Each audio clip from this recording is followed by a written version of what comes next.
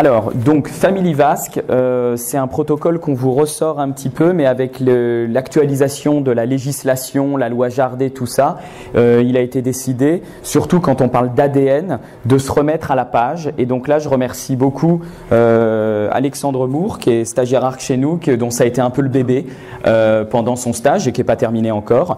Et c'est juste pour vous dire très brièvement, donc en 120 secondes, que le but, c'est d'identifier des gènes de susceptibilité génétique par l'approche du séquençage de l'exome.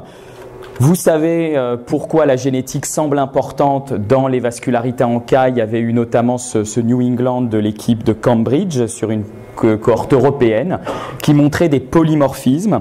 Mais le problème, je dirais, du GWAS, donc l'étude d'association du génome entier, nécessite des cohortes énormes de patients.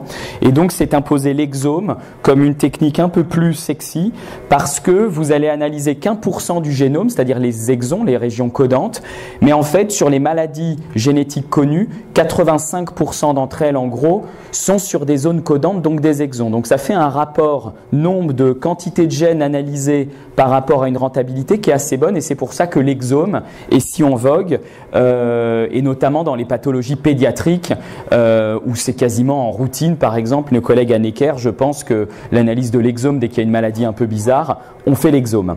Et donc la stratégie d'analyse, c'est généralement d'identifier une famille candidat, et je dirais que le seul message que je voulais faire passer peut-être c'est ça, c'est qui sont les familles candidates, et qui sont généralement, on va dire comme un peu son nom l'indique, alors soit des patients pris dans des familles différentes mais qui ont tous un phénotype assez proche.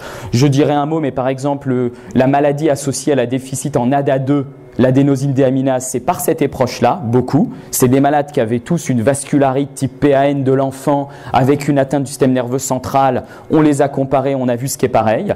Et par exemple, comme on fait de la transition avec nos collègues, notamment de Robert Debré, les GPA de l'enfant, il y a une quantité astronomique, de cette maladie rare, mais je dirais proportionnellement, qui ont une atteinte de type un peu Mickey-like chez ces enfants. Et donc, à l'évidence, ils ont quand même un profil particulier et beaucoup se ressemblent. On peut aussi parfois se dire je vais uniquement prendre l'enfant et les parents et comparer ce que les parents qui ne sont pas malades ont et l'enfant dans le cas des mutations de novo. C'est ce qu'on appelle l'analyse des trios, qui peut être un quatuor s'il y a un autre frère ou une autre sœur. Et puis les familles dites multiplex où il y a plusieurs malades atteints, où on essaye d'avoir le plus de sujets sains et de sujets malades. Donc ces trois situations peuvent être concernées par l'étude FamilyVasc où on s'intéresserait aux formes pédiatriques de vascularite ou aux formes multiplex où la génétique probablement a beaucoup plus de poids qu'une GPA ou une MPA de novo chez l'adulte. Alors généralement la stratégie c'est on compare et tout ça et on aboutit. Et juste pour vous dire par exemple, l'exemple ça a été la mise en évidence de la mutation d'ADA2 chez des familles de patients.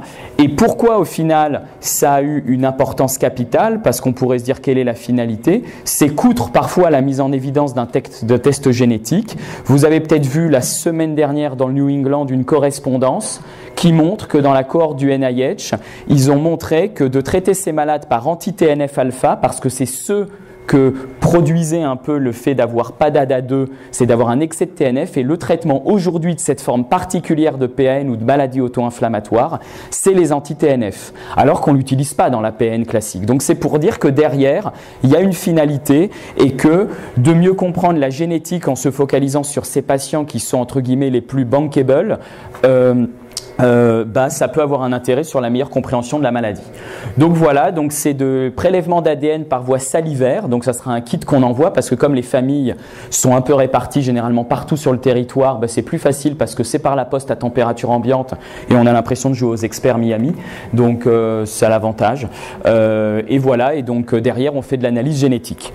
Donc voilà un petit peu, donc tous les patients qui ont un profil de soit maladie pédiatrique, soit de forme familiale, eh bien très prochainement on sera à mesure avec la nouvelle législation de pouvoir les étudier.